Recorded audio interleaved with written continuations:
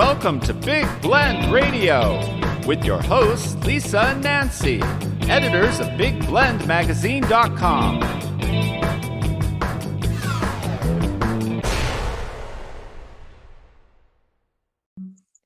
Hey everybody, welcome to Big Blend Radio with Nancy and Lisa, the crazy mother-daughter travel team on the Love Your Park store and also publishers of Big Blend magazines. And today we're excited to welcome author Julia-Brewer-Daily. And you know what? I grew up with the Daily girls. Remember that, Nancy? I wonder. Boy, don't even. Oh boy, No, they there got was me a in naughty trouble. one in there. Yeah, they were bad Yeah. influence.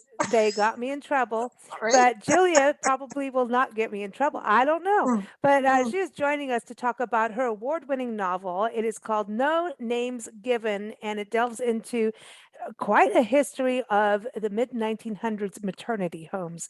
You've got to even think about what women are going through now, and then what happens with the kids. And I think it's timely, quite frankly. So I encourage you to go to her website. It's juliadaily.com, and also keep up with her on Amazon and bookshop.org. Julia, welcome to the show. But I want to say thank you for being on bookshop.org because we like them over there.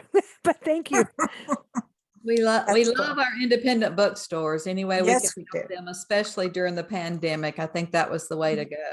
Yeah, absolutely. We're doing agree. some booklets. You'll end up on there too. We just started doing it just for, our audience to be able to connect with the authors on our shows. It's like whatever we can do to keep, like you're saying, the independent bookstores going. But welcome. And the Daily Girls got me in trouble. I just want you to know they really did. Well, that's my maiden name, so I'm not going to take responsibility for your trouble. Yeah, Well, don't blame and this me. was in Don't Kenya. take it. They were Don't. of British descent. This was I'm in a Kenya. brewer. She's got the brewer, but no names to be given. This is, as soon as I saw, we were working with Books Forward, as you know, and as soon as I saw what the book was about, I was like, oh, we have to have her on the show. This is so important because I think it's, and you're in Texas, Texas, ooh, you got some stuff going on there right now. When you talk about adoption, also what women have gone through for the years, I thought this was so important to bring you on the show and talk about this. Nancy's been reading the book, and Nancy, no spoilers, but you got sucked into it. No, it's extremely well written. It moves so fast. I'm like, dude, when you're with this girl, then you're with this girl, then you're with this girl, and you want to know what you have to finish it because you need to know what happens to each one and why. And I purposely don't finish books before an interview because I will blab. And we don't want to give endings away. So my question in my mind is, do they ever meet up again after? See, I'm already giving. No, okay, I'm going to back you up, Nancy. Let's talk about the three women because this is New Orleans, right? They're in New Orleans and they had to give up their babies, right? Their firstborns. So give us a little overview so none of us mess it up for you. Yeah.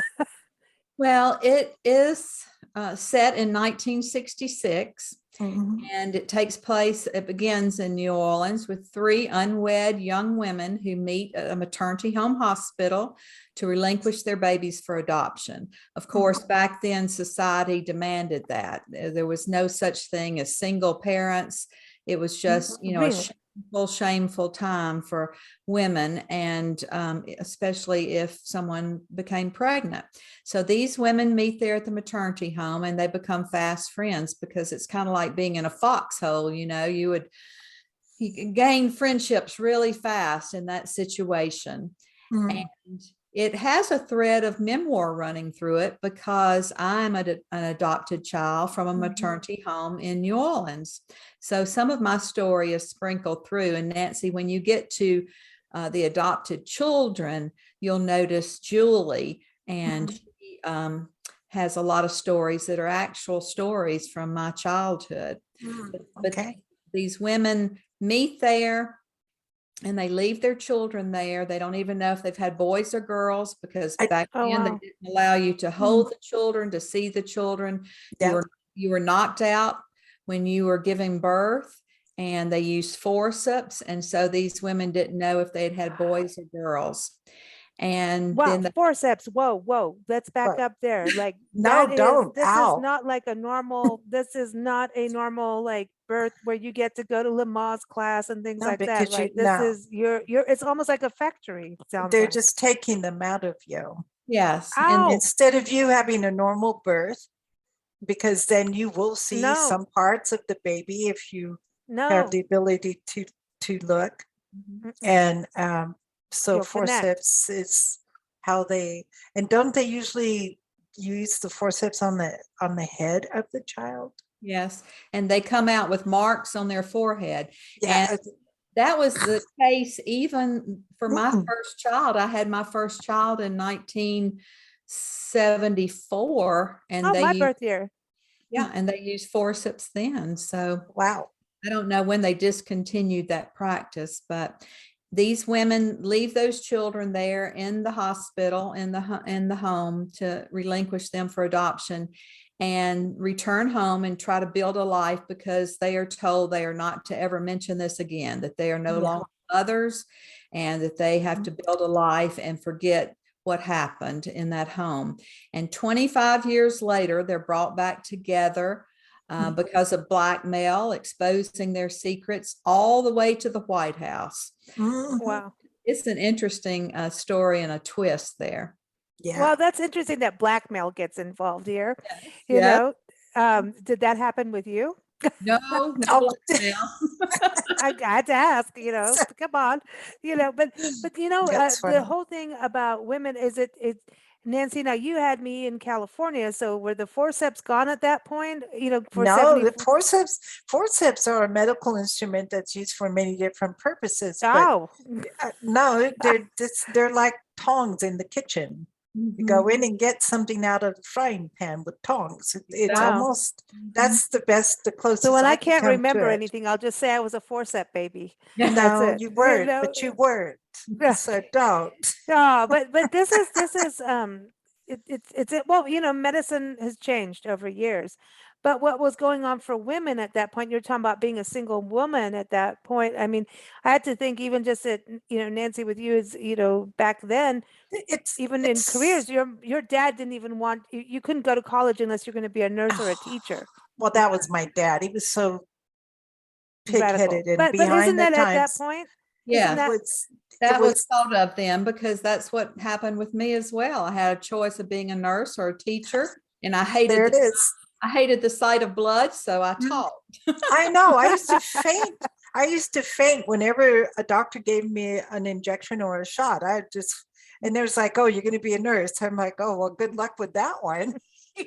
so this Seriously. this story, I mean, it was this, have you always written? Tell us a little bit of background on you on that. Is what led you to, hey, I'm going to write this. I know it's connected to your history too, but what led you to go, hey, I'm going to write, and look at all the awards you've got. Mm, An Amazon bestseller. You've got all these awards. yeah. I mean, you're kicking butt, and it's been out just only a few months, right? It's not that long out there. Yes, it launched in August of last year, and so Mm. it hasn't been out very long, and I'm just really excited by all the attention that it's received. But I was an English major, as I said, to teach Mm. school, of course, but I taught at different colleges, and while I was there as public relations director at one college, they allowed us to take classes, and so I took some writing courses. Mm, And I nice. actually wrote a couple of these chapters when I was there at that college. And when we were moving to Texas, I found those files and I said, it's long past time to get this story on paper. I'm one of the growing number of debut novelists over the age of 60. And believe it or not, there are a lot of us out here. And what really started me thinking about this story was 45 years ago, I searched and found my birth mother. And Wow. back then, if I had written a story, it would have been a sensation because nobody was talking about searching and finding birth parents. And every magazine now you pick up has a reunion of some type, an adoption story. But back then, nobody was talking about it. So I kind of filed it away. And of course, I had a career and I was rearing 3 children. And so I was quite busy. But in retirement, I said, I'm going to get this story down on paper. And so I did. It's Wow. interesting that the 60s, I mean, the wild and wonderful hippy dippy 60s, free love and Griffith Park in LA, and just go hook up with Woodstock. anybody you want to, Woodstock, all that. And then Daytona Beach. here comes the other side of it, the unwed mothers. Yes. And it's somehow, I don't know how this happens. It's the woman who always takes the fall for it. The guys, oh, well, boys will be boys kind of attitude. And it's the responsibility always ends up lying with the woman, and the male has no responsibility at all because that's his nature. I object. Well, back then, Nancy, there were not very many birth control methods, if any, depending if you were in the 50s or 60s. And so, and there just weren't any options. Abortion was illegal. And men don't like condoms. And so it was. You had lambskin back then, didn't you? The big lambs. It was a time that we didn't have many choices. Yeah. And today this topic is so relevant because we're talking about same-sex adoptive parents. We're talking about adopting out of the culture. We're talking about international versus in-country adoptions. The closed record states versus the open record states. I mean, there's just so many. Oh, yes. Those records. So what was that like for you to go and, when I was in high school, a good friend of mine was also adopted. She had a wonderful family around her, but she always wanted to find her adopted, especially mother, right? And I said, well, I'll write the book. We'll go together and do this. Well, there was no internet at that point. This is the late 80s, early 90s. And we always kept talking about it. Of course, we didn't do it. I don't know at this point. And she's in South Africa now, but she went on to have children and have this wonderful life. And I always think about that. She just really, especially as a teenager, you're going through so much. And then you really are at that stage of finding out who you are. And she was at that point. And it was, now we have Google. And so, but then you're saying like even some states it's closed, some's open. We have DNA now that can help. But like, I don't think when we didn't have all the DNA back then. No. That wasn't until the late 80s. And that's part of my book. I pushed it into the 60s instead of the 50s because of that. I wanted to show also the DNA results that are really wreaking havoc on our country right now and exposing secrets that families did not want exposed. And when I searched and found my mother, my birth mother, it wasn't because I didn't have a wonderful adoptive family. I did. And those are my parents and always will be the people who raised me. But I wanted to know health records. We didn't have any health records left with us. That's a good point. And every time I'd go into a doctor's office, they'd say, do you have a history of cancer or diabetes or heart disease? Heart disease, yeah. And I'd have to say, I have no idea, I'm adopted. And we'd have to start from scratch. And my children started having issues, health issues. And I thought, where does this come from? I need to know more. So I hired an attorney to go to the Bureau of Records in New Orleans. And luckily, there was still on the books a Napoleonic law that said an adopted child can inherit from their natural parents. Well, you can't inherit from your natural parents if you don't know who they are. Don't know them. Yeah. Wow. So that was the little loophole that opened the records for me. And I received the original birth certificate. I don't know if you know, but when a child is adopted, the original birth certificate of the birth parents are sealed. And they issue a new birth certificate with the adoptive parents' names on there as if they gave birth to that child. So that's why a lot of secrets can Wow. be held in families, because they have a birth certificate that says they're the parents. And if they want to not tell the child that that child is adopted, they can do that. Oh You boy, know, Nancy. can I just say paperwork is paperwork and people fill out paperwork. So when you read something on a piece of paper, it doesn't necessarily tell you the That's truth. true. I know from my own family, I found out later in life that my father had 3 wives at the same time. And each wife had 6 kids. And Wow. he tried to name us in order so we'd all have the same names. Isn't that fun? And they Wow. all have more than one birth certificate. I know. So when, Nancy, while you're on the road, you need to be writing a book about that. oh, no, well, I have Well, met some. weirdly, we end up in areas Yeah. that we do have family, like Yeah, I relatives, find and even because if we leave, and it's odd, and we're like, okay, this is it's weird, and she really does need to, weird. because it's I, like because I there's don't know. also, Mormon faith, there's a polygamist, and he wasn't, he was an He's atheist. not. He was But just then, yeah, but then majority of the family turns to be Mormon. So it's we don't know what's going on. And then there's 2 marriage certificates for my grandmother. There's more than there's one person. just, It's weird. it's, So it's people nuts. did things. They went over to Mexico to get married, because a lot of people did, because of blood and all of that. Yuma, Mhm. Arizona is a hotbed of history of people going there because you It's didn't need called to being have your blood pregnant, taken. and it's called being pregnant and running to get a marriage certificate in Mexico because it's easier. You pay $10. Yes. And you could cross the and border. it's free. Yeah, you cross the border, so you can say, well, I got married in Mexico, and then you cross back over and go and do it through the States, which takes a lot longer. And so at least you have a defense. Oh, if we were on holiday in Mexico, we thought we'd get married. But Oh, yeah, so cross the border and got pregnant. Look at that. Well, this is what's so interesting to me, is the stories that come out every time I talk to people about my story. They Mm, tell me about their stories. And yeah.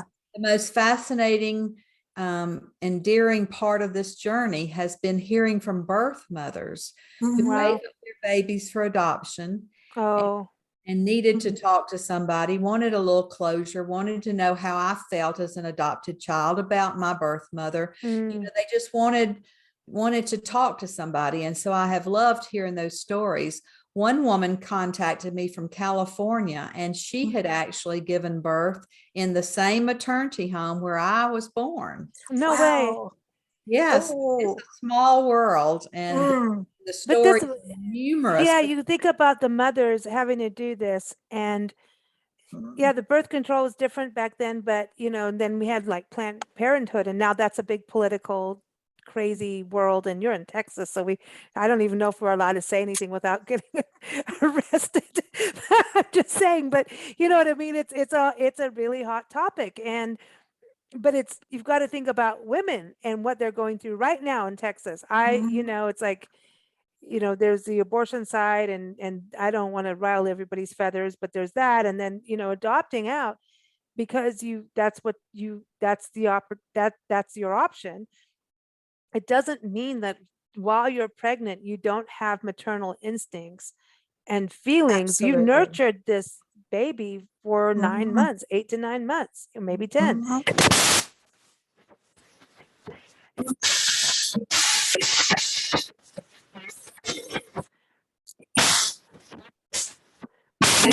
Um,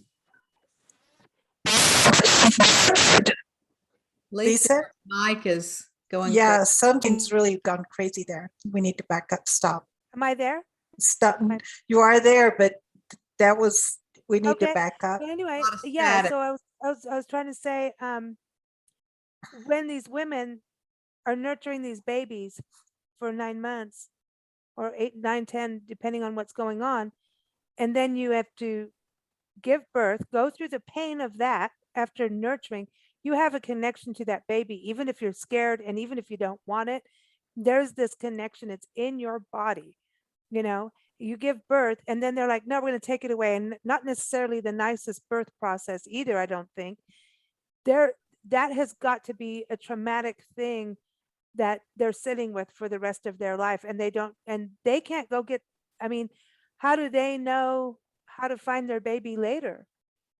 Well, it has been a difficult process. And if you lived in the closed states where the records were sealed, you weren't able to ever find anything. And now that the DNA results are these gift kits that people gift at Christmas time, you were able to find all kinds of secrets out. And I actually used one of those, and I received a message with the subject line, "Are you my sister?" Well, that will get your attention. Oh, yeah. Wow. So, sure enough, she and another young woman are my half sisters through my biological father. And so you just don't know what's going to happen. Most of the results these days with the DNA kits, from what I've heard, are exposing fathers who you thought was your biological father, but who is not. That has been the most common thing to come out with these DNA kits. I bet I got a whole lot more family than I think I'm I thinking do. Sister Linda is part of I'm that. think- I'm just saying. No, she doesn't. So in our family, from myself, this is so weird. 6 kids in our family. My older sister she's got natural curly hair. Hello. I don't think I have that. And she's got almost black eyes. I don't think I have that. She listens to this. You are in so much trouble. I know. She doesn't look anything like us, the rest of us. So there's my sister, older sister, and then there's five all looking the same. 5 of us that we look identical. Like, people thought my brother and I were twins, and we weren't. They kept putting us in class together. We looked that much alike. And then the last 2 children born that we know about it were twins, not identical twins. So my twin brothers, one looks just like I do, and the other one looks like my older sister. Oh. So you're like, they mixed her up at the hospital because a case happened here in Texas many years ago, and that actually happened. And a little Hispanic girl grew up in a Caucasian household, and the Caucasian child grew up in the Hispanic household.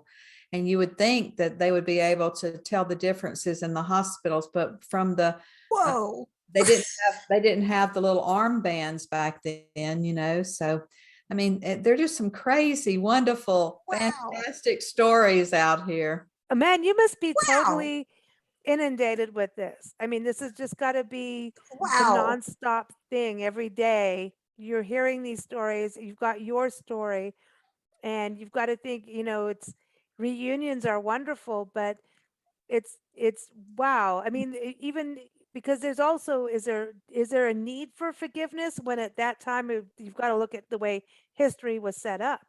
Is there a need for that? Well, I think from the birth mother, most birth mothers ask their children they've given up for adoption for their forgiveness. They ask for forgiveness because they carry that grief and that burden of guilt. I can imagine their entire lives. Every day they think about that. My birth mother told me that she stopped when she lived in Europe. She stopped in every cathedral and prayed that I was going to be okay, because she was so guilty about leaving a part of herself in the world, and she didn't know where it was. And she just grieved and grieved and grieved. And I told her that I did not. I had a wonderful childhood, but she had seen some programs about abused children, children in magazines who had been abused. And she thought, did I give my child to one of those situations? But the thing is, women are always made feel so guilty over what they do. Everything. Men can do whatever, nobody cares.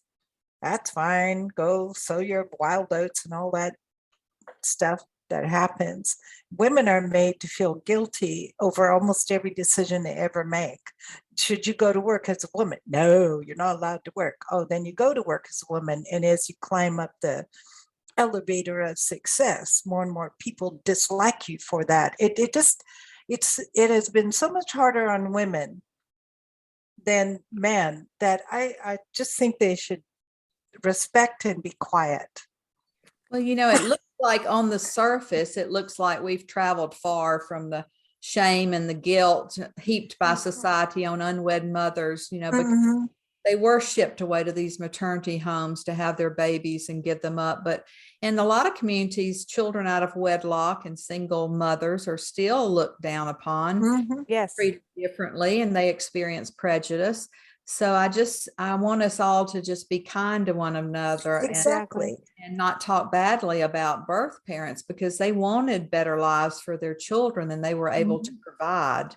And the women who are keeping their babies now should be supported, and Yeah, everyone should be. Yeah. It's tell us about the three ladies in your book. Tell us about Yeah. each character. well, they're all very different, because I wanted to show that women came from all walks of life when they got pregnant in these days, and they were all treated exactly the same with the shame. There was one socialite in there from a very wealthy family. One of the young women was attacked by her father's associate, and her father was an evangelical minister, nationally and internationally known. And the third one came from a very poor background and was threatened by her mother's boyfriend. So she ran away and became an exotic dancer. So they all are completely different, personalities, different walks of life, but they all felt the same, gave up their babies the same, actually ended up having their babies on the same day. So it was good to show that the women were very different in a lot of ways, but the same in others, and treated the same by society. It's got to be hard to go through that birth, forceps included, and then The forceps. off you leave the hospital. It's not like you have that cuddle session, or it's no cigar smoking. There's none of it. I don't even know if that exists anymore with that, but there's none of that. And yet that society is There's no looking down on you. congratulations, no It's family, not a celebration. no, at all. Yeah. Those women had to turn their backs and pretend nothing happened. And heal and not look. And what about your physical body too? Yes. About going from that and people knowing, okay, so you're kind of in hiding for the 9 months, right? Well, back then, in my grandmother's day, women didn't go out of the house when they were showing. They were called that way, and they stayed in and did not show their bodies. Yeah, and when they came out with maternity clothing, my grandmother went ballistic. She said, "You can't wear that." I'm like, why not? But she was like, "No, you stay home." I'm like, well, I don't want to stay home.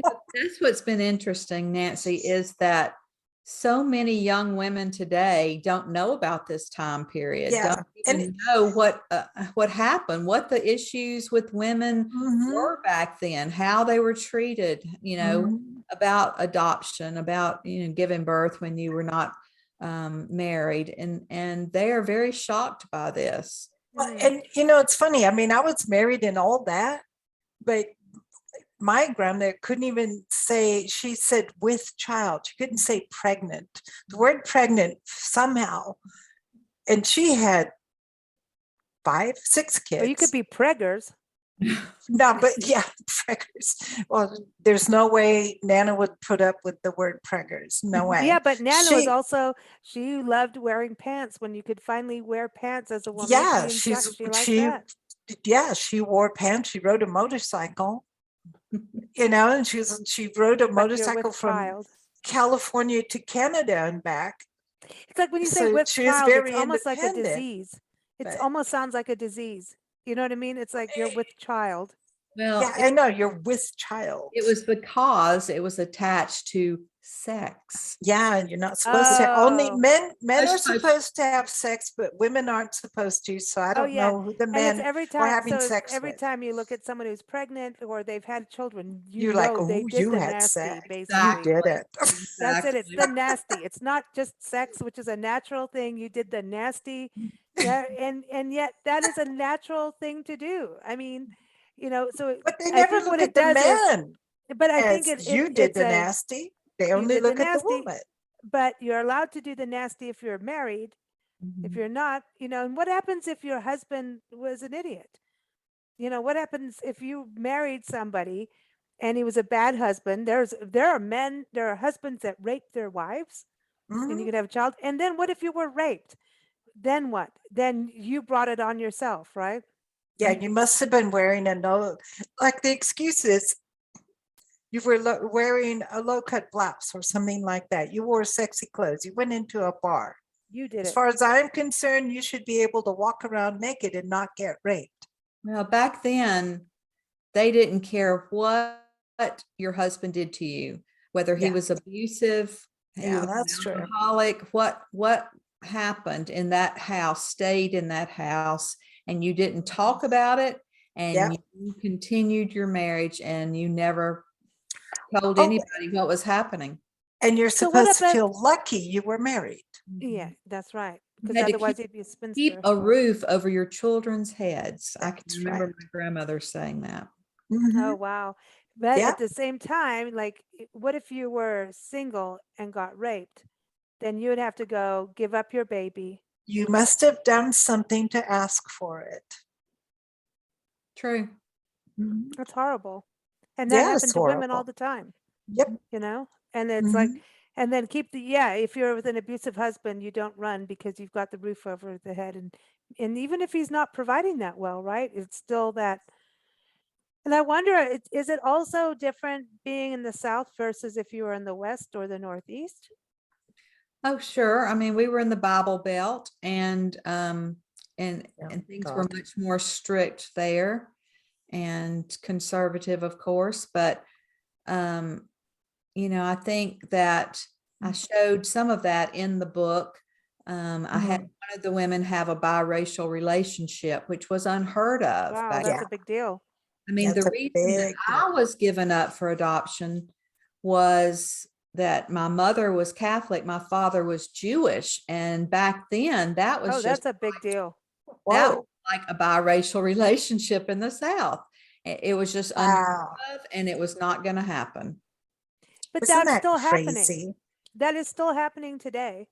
I mean, it depending It's on your nuts. family and, that people are still angry if, a white girl brings a black boy home or, if the different Mhm. religions, depending on who, what, and where, it's not gone away 100% yet. So, and, again, looking at what Texas is like right now and, everybody's got their religious and political beliefs, and somehow those are intertwined. Um, But I think people your are book is people. timely. I think it's timely because we're still not done getting the freedom that women need. No, and No.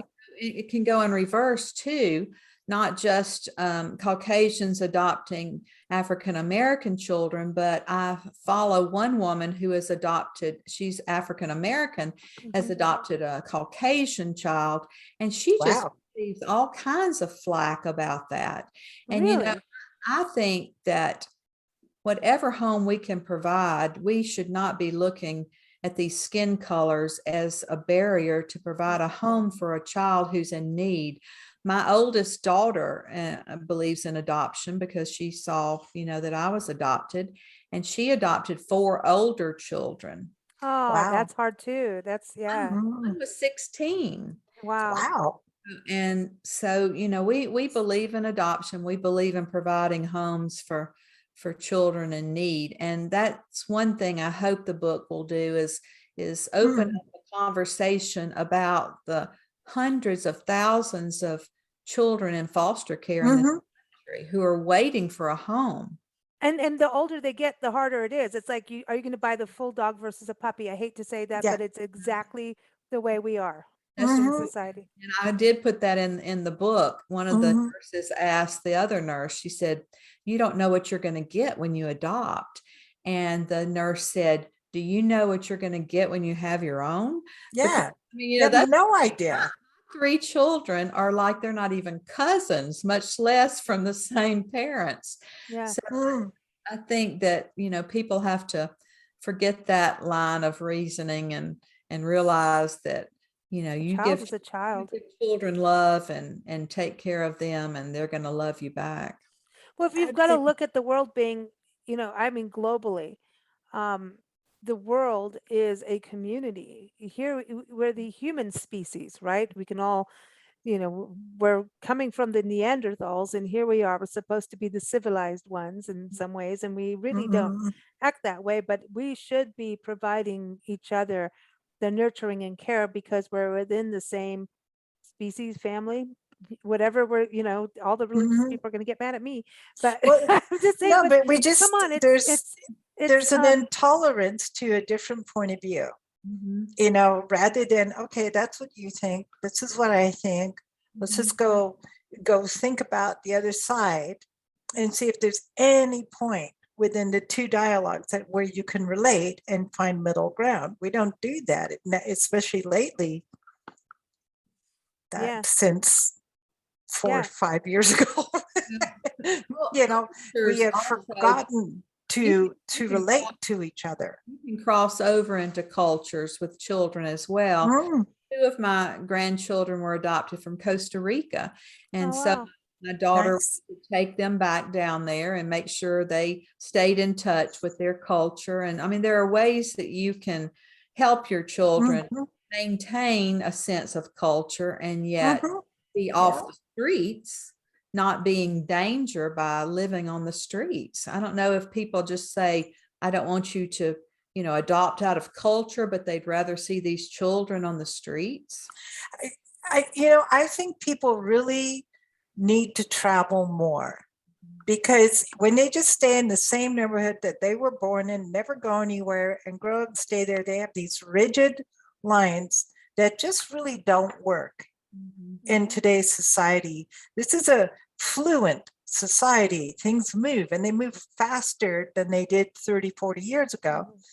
So, and I think travel is a way to broaden your mind and accept other cultures, accept other foods. And yeah, you may not like everything you see, but you don't have to do everything you see. You can pick and choose, but you can at least educate yourself to, oh, I'm sorry, I'm going to get in trouble for this, but oh no, don't. but just educate yourself to be a more giving, accepting person. And I don't know where all the rules are coming from, but I don't think there's anybody on earth who hasn't broken rules and doesn't have something to hide somewhere. So stop. Just give everybody a pass. Just Mm. Have you seen that with your book about, you were talking about you've met all, women who, have been adopted and who have also given birth, but have you seen any, just people kind of turn around? Because sometimes, like I just know with my friend and others that we've interviewed mm, too and know, um, when you say, "Oh, I was adopted," it's almost like, "Oh, I don't want to ask questions." If there's kind of this wall. It's mm, almost like, when a friend has cancer, you don't know what to say. It's like, yeah, oh, you can't just blindly go, "Oh, it'll be fine," because that's crud, you know? One of the So it's stories in the book is a true mm, story where my grandmother and aunt were pushing me and my first cousin, we were only a month apart in age, pushing us as babies down in this small town where I grew up. mm. And a lady walked up and said, I want to see that baby. And so my grandmother held up my cousin and she said, no, I want to see that adopted one. Like I would have horns Dude, coming out of my head. dude, So, that's disgusting. people are really funny about, where you, Like, wait, and that's all an adopted child really wants to know, I think, is the search becomes, we all want to know our origin. We all well, want to know our maker, whether you're mm, religious, believe in a higher power or not, you want to know where you came from. Mhm. yeah, you do. And I think that we all, deserve that. I don't want adoption to become a problem so that adoptive parents don't feel they can adopt without somebody showing up on their doorstep to retrieve this child after they've had them for, 15 years. Right. I don't want something like that to happen, but there's got Right. to be some way that we can incorporate health records and ways to get in touch later when you're an adult, if you would like, Right. because there aren't very many of us who search. There's a large Mhm. number who are not interested in searching. Mm. And I think some people search for the wrong reasons. If they haven't had a good childhood, maybe they search thinking they're going to recreate a family unit. Mm. And sometimes they're disappointed because that person who gave them up, it's been 20, 30 years and you don't know that person anymore. You've lost the mother-child relationship. You can have a friendship, but it's never going to be that nurturing mother-child growing up together kind of Yeah. relationship. Well, I think Hmm. when people are, as adoptive parents, they're giving, I mean, we've got in our own family, it's happened too, where, our cousins adopted a foster girl that was in the system and was a really, really tough situation because her mom was a crack addict. And it was also in her system as a baby. And Mhm. so this was a process of it Yeah. really affected her as an Big individual, time. as a child, because she had those chemicals in her body. And so it Mm. affected her personality. And so there was a lot of therapy Trauma. and trauma. And then the Mm. mom wanted to come back and it was messy. Let's put it that way. But Mhm. she It turned out can to be very become messy.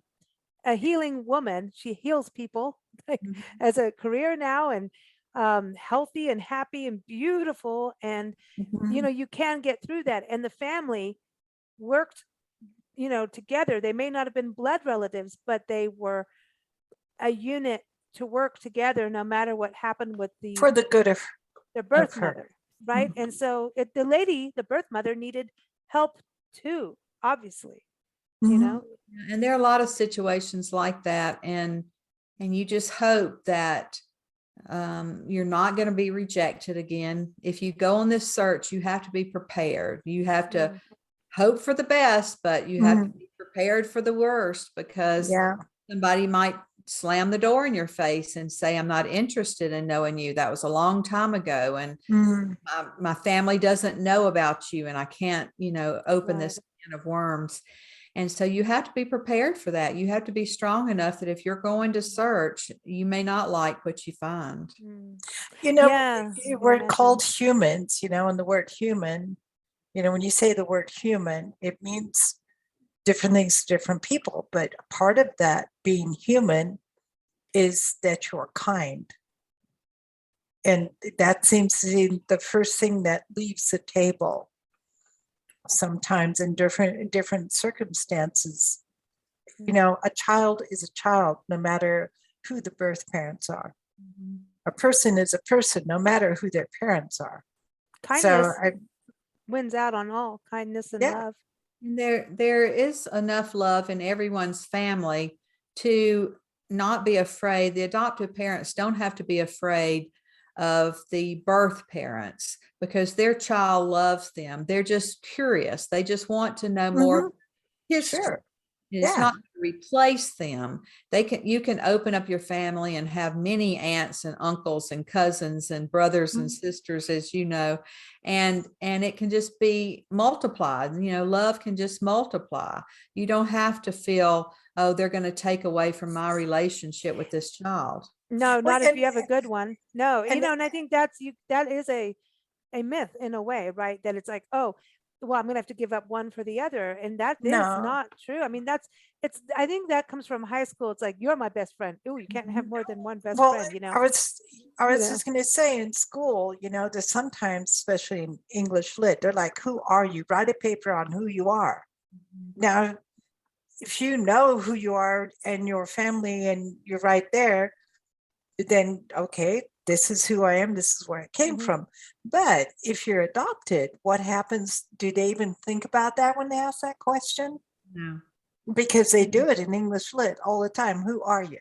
Mhm. And maybe they mean it more or less graphically than it comes through, but who are you? And now you have to really search, who are you? Yeah. And then you're like, well, there's a whole side of my life I know nothing about. So I really don't know who I am.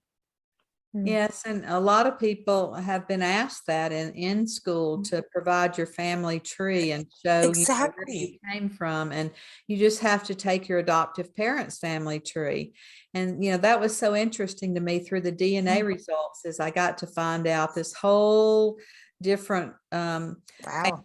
tree, because I had been told all my life that my great grandmother was probably Cherokee, that I had Native American in me. Look at these cheekbones. I mean, I've never had to color my hair. Well, DNA results prove that I'm half Jewish. Just like my birth father turned out to be Jewish. So I was just thrown for a loop. I mean, something that you've been told all your life that you believe to be true. I was kind of like Elizabeth Warren walking around telling everybody I was Native Call you American. Pocahontas. Well, yeah.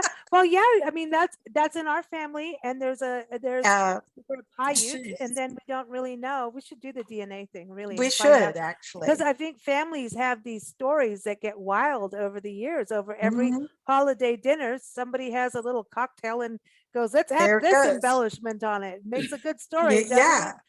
I mean, it's like at one point we're part of the Lewis and Clark expedition. I'm like, I really? I really do think that during World War II, coming out of World War II, that particular generation told a lot of lies. Because every time I meet someone who's the same age, we all say the same thing. There's that generation, there's a couple generations in there coming out of World War II where, for whatever the reason may be, they lied. Well, Ooh. who knows? I don't Well, know. It's something that happened in World War II. I don't know, after World War II. And I think it was everybody, when the soldiers came home and there was a feeling of freedom, people felt a little bit happy, and martinis started to happen. And I think martinis I and don't know, happiness man. led to a lot of babies. Well, And then maybe during World War II, people were scared to say what race they really were because there was a threat there, a big threat. So maybe there's a reason. Boomers, I'm one of the baby boomers, and they celebrated when they came home from the war, and they had all of us. And there's a large group that are still searching right now to hopefully find their parents before it's too late, because a lot of them have passed on. Yeah, I hope so too. So what's next for you? Are you just immersed in this whole story? Well, my daughters wish that I would do a sequel to this book, but I've already written a second book. I don't know if y'all have ever heard of NaNoWriMo, but it's National Novel Writing Month, and they challenge you to write 50,000 words in the month of November. Well, the month of November also happens to be National Adoption Month. So I took the challenge and I made the 50,000 words, and it was pretty ugly first draft, but it's being edited right now and hopefully going to publish in August again this year, like I had. Cool. And this book, No Names to Be Given, is being shopped around to studios in Hollywood right now. Wonderful. Good. A possible streaming series or movie. So there's more to come, and it's very exciting. This is exciting. I see this as a TV series because you could just go on and on, because families have stories after stories after stories with each generation. Well Cool. done. This is, I mean, It's exciting. Before writing, what you were involved in, craft markets in Mississippi? Well, I was the executive director of the Craftsman's Guild in Mississippi, and we operated the Mississippi Craft Center, and that was 300 very fine, high-level, talented artisans from 19 different states. If y'all ever drive through Mississippi down the Natchez Trace, you should stop in at the Mississippi Craft Center and see the quality of work there. Cool. Oh, how exciting. How exciting. So the arts have always been with you. I love people who can do things with their hands, and they're the creative types. I was in public relations most of my life and in marketing at colleges and at the Department of Education. But that was my favorite job, I think, was telling the stories of all those craftsmen. Cool. Oh, that's awesome. That's That's well, sweet. the arts are Like what it. really share. Look at what you're doing with your book, It's and everyone, historic. no given names, and no names given. What I've got this all twirled around in my notes here, No but you names could to be given. no names to be given. What happened in my notes? I didn't do it. Yes, I did. But go to juliadaily.com. The book is out now through Amazon Bookshop.org, wherever you get books. And if you want, go to your independent booksellers and say, hey, we want it. So definitely go get it. So no Mm. names given. And thank you so much for joining us. It's been a real pleasure, Julia. Been a great chat. Thanks, Lisa and Nancy. And y'all be real careful on the road. Well, Oh, we we will will. We've be. done it. We've done some crazy stuff already. Yeah. But everyone, no names to be given. I got it right. It's an Amazon bestseller. My gosh. So It's a great book. It's a congratulations. And great I book. really do hope it comes out on a streaming series or Yeah. some way for us to see it visually too. And best wishes with your next book as well. Thank you. Thank Give you us so a much. heads up if it goes Yeah. places. Yeah. We want to know. Yeah. Everyone, thanks for joining us. Keep up with us at bigblendradio.com.